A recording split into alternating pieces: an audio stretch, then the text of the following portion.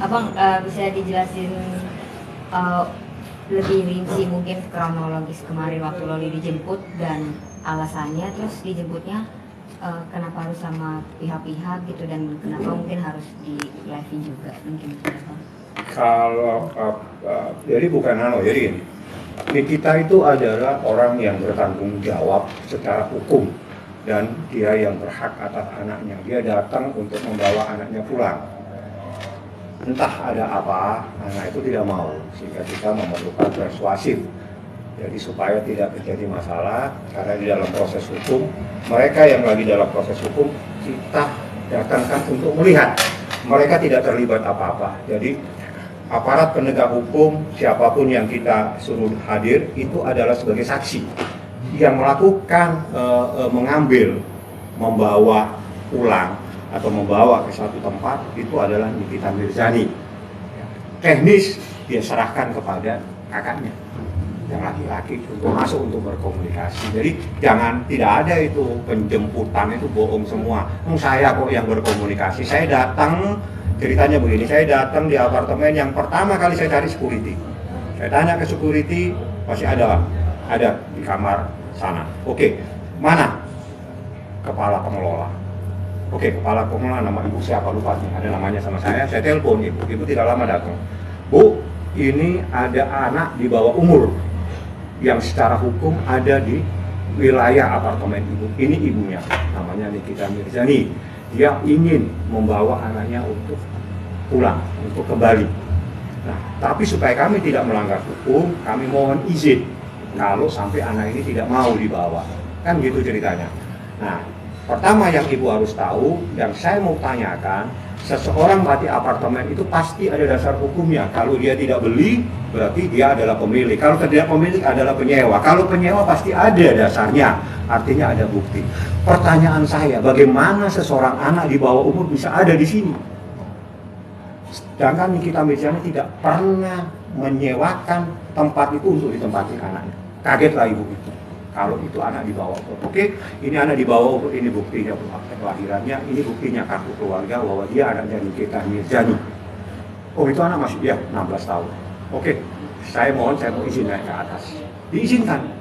Yang membuka pintu yang pertama adalah security, bukan kita, karena yang punya hak itu adalah rumahnya pengelola. Pengelola mengizinkan security masuk ke dalam, dibuka pintunya. Karena mungkin entah ada apa, terjadilah protes, ada telepon segala macam, sehingga ini anak tidak mau, yaitu urusannya kakaknya Nikita. Karena dia laki-laki, jadi ya komunikasi antara paman sama anak sampai meyakinkan. Nah, itulah kejadiannya. Jadi tidak ada upaya paksa, itu bohong semua. Karena tidak mungkin kita membawa upaya paksa anak. Itu anak dijemput sama Nikita, bawa kembali. Nah kan itu terlihat histeris juga ya, pas dijemput itu kenapa? Iya. Ya biasalah kalau tiba-tiba orang anak histeris, itu nanti kita jelaskan. Yang jelas mungkin kaget tiba-tiba ada mamanya datang di depan pintu apartemennya saja. Tapi respon Loli sendiri itu langsung histeris atau mungkin nanya dulu bang, kan maksudnya nggak Dia tidak mau, awalnya dia tidak mau. Nolak. Ya, nolak. Jadi segini ya, kalau dia itu memang menolak secara total, tidak mungkin kita bisa bawa.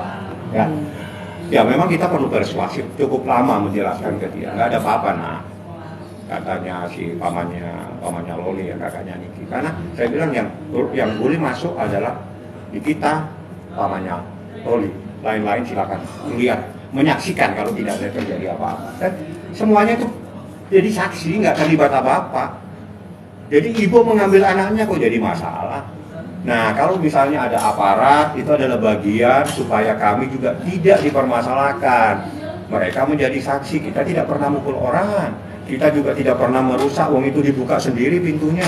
Tidak ada satupun yang rusak di dalam tempat itu. Dan itu ada videonya, ada buktinya sama saya, dikirim oleh pengelola. Jadi pengelola juga mengirimkan tanda bukti barang-barang, semua barang-barang divideokan, diserahkan. Jadi nggak ada masalah. Kalau soal histeris, ya itulah biasa seorang anak tiba-tiba ketemu mamanya mungkin ya, karena ya mungkin selama ini ada ketegangan, ya itu biasa bagi saya, nggak ada masalah. Jadi abang sendiri menyangka nggak atau kaget nggak bang sama responnya Loli sebegitunya gitu bang? Ya itu seorang anak yang lama nggak ketemu terus seperti itu, ya udah saya kan tidak mau terlalu menyuruh dia diam atau mungkin saya marah-marah, tidak, saya suruh kakaknya tenangin kemenakan. Jadi ditenangin, yang nenangin itu adalah Ervin. Bang, itu kan dua kali terjadi hari pertama. Kalau hari pertama kita sama saya dan itu terjadi miss. Dengan malam itu saya masuk, ternyata di situ ada orang. Ada orang dan dia merasa sebagai pemilik. Saya bilang, Pak, kalau Bapak pemilik, bagaimana Bapak ada orang anak saya ada di sini? Dasarnya apa dia nyewa di sini? Katanya yang nyewa orang lain ya. Kalau yang nyewa orang lain ya suruh keluar saja Pak dari situ. Itu kan apartemen Bapak, kan saya simpel. Ya sama dengan kemarin juga saya simpel dengan pengelola saya bilang, ibu yang punya ini apartemen, ibu yang punya aturan. Orang kalau yang menempati apartemen Bu, syaratnya itu adalah dia pemilik. Kalau dia tidak pemilik, dia adalah penyewa. Dan kalau dua-duanya tidak ada Bu, terus bagaimana ibu biarin? Oh iya sudah, tolong ibu bantu saya mengeluarkan anak ini supaya kita tidak terjadi keributan karena ini rumahnya ibu. Itulah ceritanya, sehingga pengelolanya yang membawa itu, yang menjelaskan kepada Loli itu adalah pengelola. Kita semua itu nonton, barulah keluar setelah dia mau digendong sama orang. Kalau tidak salah yang menggendong itu salah satunya adalah pamannya sendiri. Digendong, ditutupin, dia dibawa. Dia teriak-teriak biasalah. Buktinya dia juga ikut di mobil. Buktinya dia juga, walaupun dia teriak-teriak, dia masih bisa berkomunikasi. Artinya setelah udah itu akhirnya jelas nggak Bang, ini Loli itu menempati apartemen itu atas nama siapa maksudnya? Atas nama orang lain ya, sehingga karena satu ya, jadi setiap anak ini pembelajaran. Anak yang di bawah umur tidak bisa melakukan perbuatan hukum kecuali atas persetujuan ibunya atau ibunya yang melakukan. Kalau dia sewa belum bisa, belum waktunya dia sewa sendiri. Nah, itu kan antara apartemen dengan rumah ini kan dekat sekali ya? Jauh. Kira-kira 10 menit kalau nggak salah nih kita. Apa memang Loli sebenarnya ingin lebih dekat ke... Gini, kalau itu gini ya, pasti seorang anak ingin ketemu ibunya, seorang ibu ingin ketemu anaknya. Itu adalah, ya sudah seperti itu, kodratnya. Itu kodrat. Anak kangen sama ibunya, ibu kangen sama, itu kodrat. Nggak boleh kita pertanyakan. Nggak boleh. Oh dia kan pasti kangen. Ibu pasti kangen anaknya. Kalau misalnya masih sedikit-sedikit setengah kangen, itu kan karena gengsi. Tapi kodratnya ibu kangen anak, anak kangen ibu. Ibu melindungi anaknya, anak harus menjaga ibunya. Beda ya? Ibu melindungi anaknya, anak harus menjaga ibunya. Itu beda bahasanya. Bang, boleh diberitahu mungkin kalau kita atas nama siapa, mungkin selalu... Silakan ke pengelola. Yang jelas bukan atas nama Loli, bukan atas pamannya Loli, bukan atas nama Nikita. Makanya kita bisa membawa itu Loli. Saya bilang sama ibu, Bu, ini anak saya Bu, di bawah umur, ngapain dia di sini? Kalau di sini ibu punya aturan, dia tidak memenuhi aturan di sini untuk tempat tinggal. Tolong kami dibantu Bu. Ini Bu kartu keluarganya tercatat. Ini Nikita Mirjani punya anak, namanya Bu, ini anaknya, ini kakaknya. Ini akte kelahiran. Karena saya bawa semua dokumen itu untuk menjelaskan, sehingga pengelola itu membantu kami naik ke atas, membantu kami ketok pintu, dibukalah pintu, kaget lah. Nah di situ kaget itulah agak sedikit terjadi miss. Dipikir dia mau diapain, nggak diapa-apain. Setelah lama dia udah ngobrol sama pamannya, dia paham, dia akan, dia masih teriak-teriak, dia nggak mau, dia masih bilang masih ingin tinggal di situ sendiri. Silakan, tapi mamanya bilang bawa aja. Ya udah kita ikutin kemauan orang tuanya. Yang punya hak nih kita kok, itu anaknya. Tapi setelah tahu ini kan Nikita sendiri kenal nggak Bang sama apa yang menyewakan atas nama Loli ini? Nggak kenal dan tidak mau kenal. Bayangin ya, tidak kenal dan tidak mau kenal. Dan ini kita ngomong sama saya. Abang setelah kemarin dijemput itu, Abang jadi sependapat gak nih sama Nikmir kalau Loli ini ada di Jawa Otak, mungkin atau dipengaruhi sama... Nah itu biar kita aja lah. Yang jelas ini ada proses hukum. Ya, proses hukum yang masuk dalam Undang-Undang Perlindungan Anak yang ancaman hukumannya itu 15 tahun. Itu baru satu masalah, nanti saya carikan masalah lagi.